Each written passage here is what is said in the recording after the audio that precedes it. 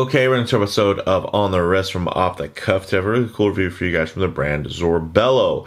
A little about them. The Zor encapsulates the strength and resilience of their products from Slavic roots, and it's paired with bello, an Italian reference to beauty and style. Their goal is simple: to create a line of uniquely stylish and affordable watches for every man. Now, in terms of the type of watch, this is definitely an everyman type of watch. Of course, it's a diver. Some key common characteristics inside what you're looking for a diver: you're going to want water resistance to some type of screw down crown. You want something that's tough, legible, with a dive time bezel, and a diver extension is always nice if on bracelet.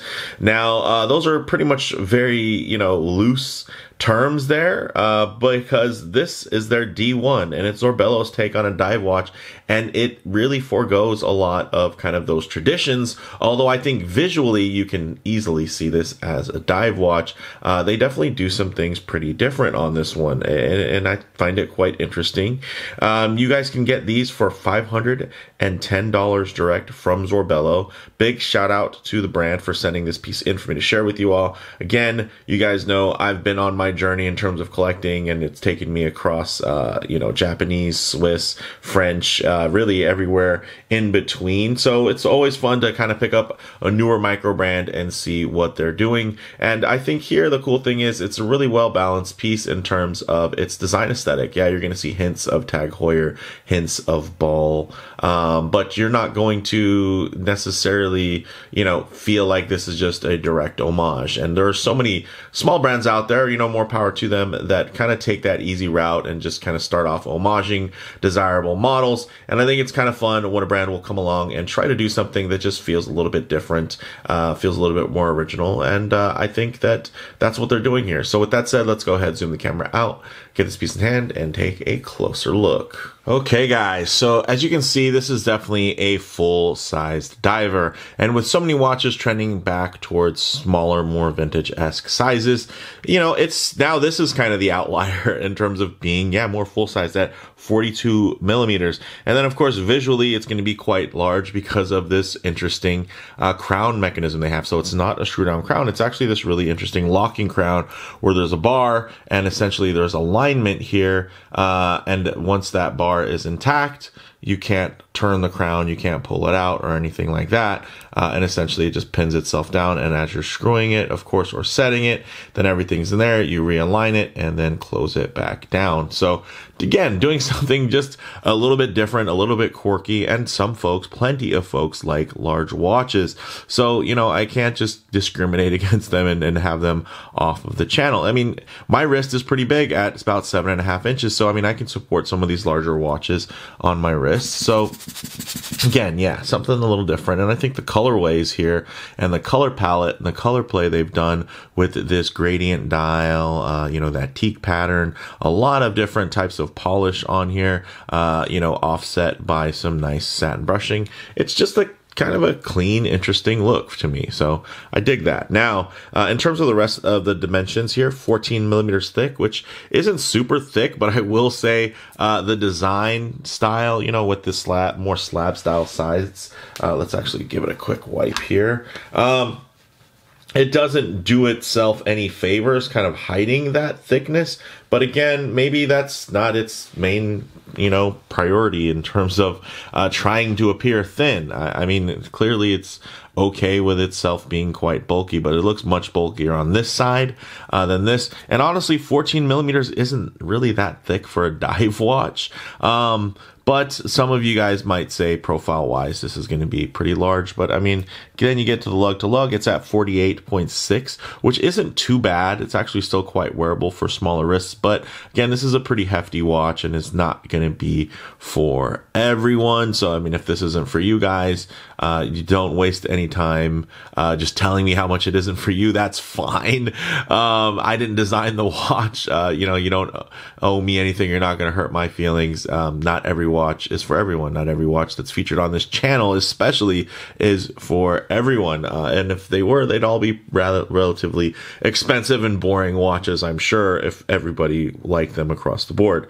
Now, In terms of the spec, another nice thing, you're getting a sapphire crystal with an inner air coating. You're getting 120 click unidirectional rotating bezel, although there aren't really any grips on it. You can see there's like no coin edge. It's actually quite smooth. But what you do is you kind of use these raised sections to torque it and get that grip. So, I mean, not the greatest, but it works. And you know what? In a world where very few people actually, let me just give it another quick wipe here, where very few people actually use their dive time bezels, you know, stuff like this. Again, it doesn't really bother me too much. There's watches that I've had on the channel and I've tried out that have what look like a turning bezel and they don't even turn. So, I mean, one that doesn't have a ton of grip on it isn't going to be the end of the world. And also, it still has a pretty nice action at 120 clicks. There's not a lot of play or anything like that. And this is full steel. And then, of course, you have the multiple finishes on there.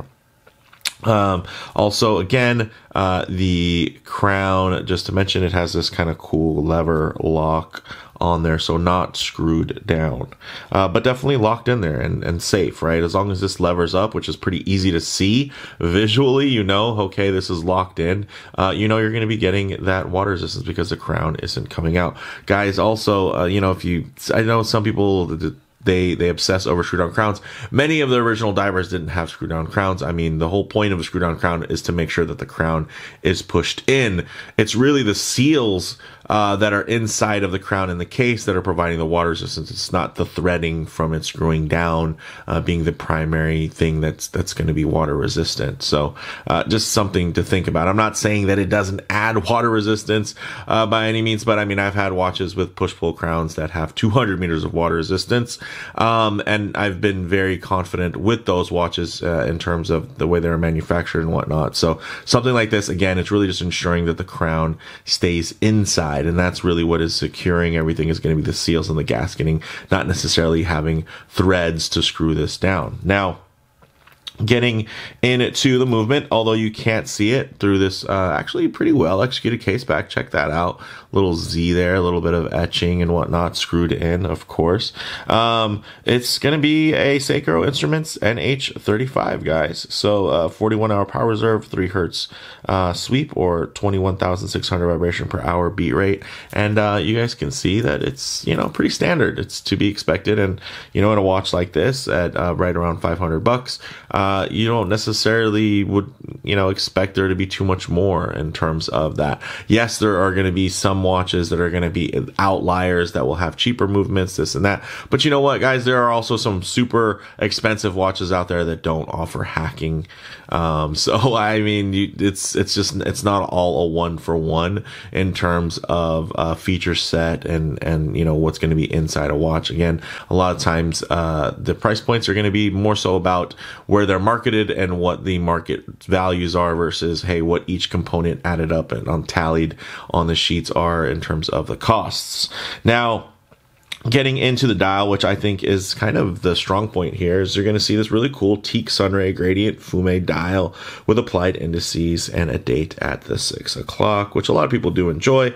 Polished hands with painted accents. You're getting superluminova, which has been unspecified, so I can't tell you exactly which compound it is. This does have 200 meters of water resistance, or 20 atmospheres, which is great. 22 millimeter lug width, so that's going to be, you know, pretty interchangeable with a lot of your, you know, straps that are there. You know, people like to keep them even, 20 or 22. 21s are tough, 19 millimeters are tough, 22 definitely good. And I think at this size, it does help with the scale in terms of the watch kind of feeling more balanced. If you had a 20 millimeter lug width, this might look and feel even more top heavy. You're getting solid H links here, guys.